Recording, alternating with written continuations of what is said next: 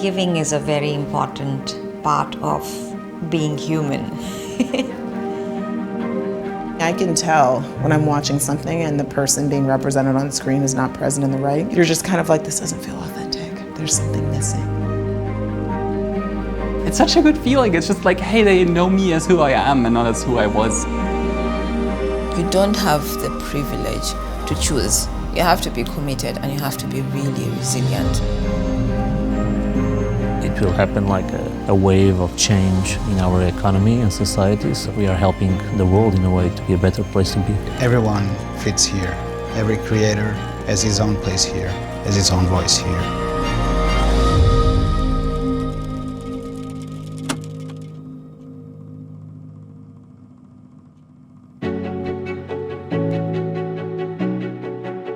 Had the privilege to meet artists on almost every continent at this point, and we are all a lot more similar than we think.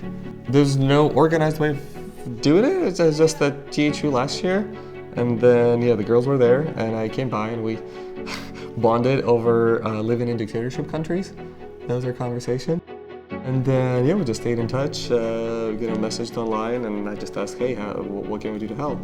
And they are all involved with the women in animation and also just trying to sort of get the youth there to participate in computer graphics and stuff like that. So I was like, oh, this is fantastic. One thing led to another, and we were on a plane to Uganda.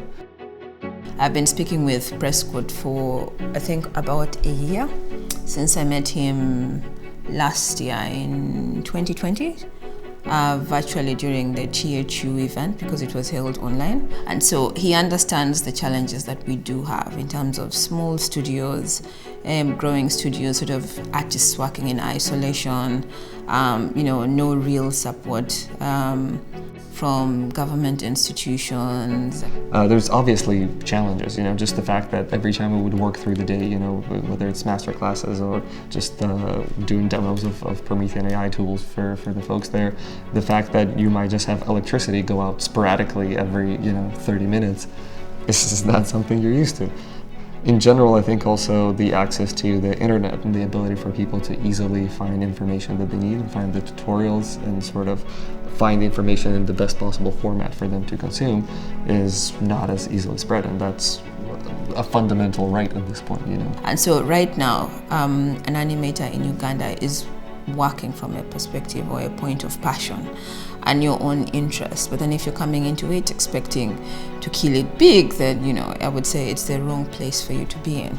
The one advantage that we have is that, we've been doing a lot of shorts, and now we, have the technical skill, and we've tried to make the contacts to be able to support us technically and things like that. And so it's just from a production perspective, you're always looking at it as a producer. How do I make more money? How do I engage other people just so that my venture can be more sustainable? It's still possible to persevere within those circumstances. And I guess what we're all trying to do, and hopefully what people there are trying to do, is just find the people passionate enough to push through. All of these things are beatable as long as you have that fire, that drive, that motivation. I think in Lebanon the art community is really small, so it's mainly just a masculine kind of environment, maybe you could say that. Because the girl artists don't really delve into art because parents still don't think that art can be a job or a career they could actually make money out of.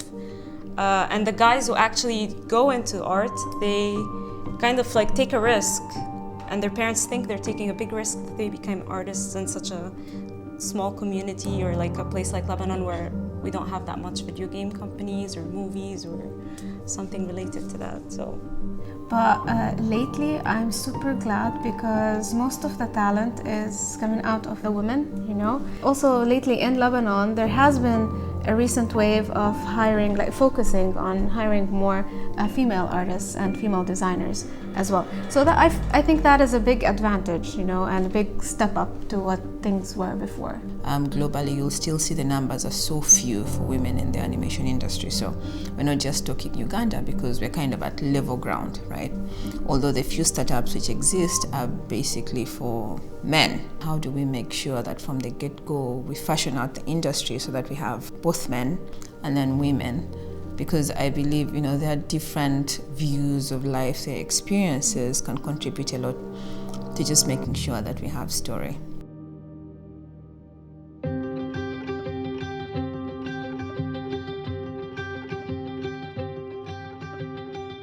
Just like people here, they support you in whatever they do. The hugs are really genuine. I guess that's home to me. Safety, no matter where it is in the world, safety is a huge issue. And I'm not talking about physical safety, but also emotional. Like no judgments. Yeah. We're all just equal. Living the country, making more friends, traveling around, it's great, you experience different things. I'm at THU, yay! And you get different perspectives and it broadens your mind, you get to learn a lot. But ultimately you find out that every single human being is just trying to find that peace, that contentment with where they are. Fundamentally, it's that idea that everyone's stories deserve to be told. Like that's the conviction that we have internally on the team, and we're wanting to make sure that we can do our part to facilitate that. And if that means getting on a plane and sharing what we know, then we're happy to do it. Happiness is being understood, and I think that when you have outlandish dreams and aspirations, that feeling of being understood does not come by very often. And I feel like being surrounded by people that are going through similar things and just feeling understood sometimes is the best family you're ever going to get in life.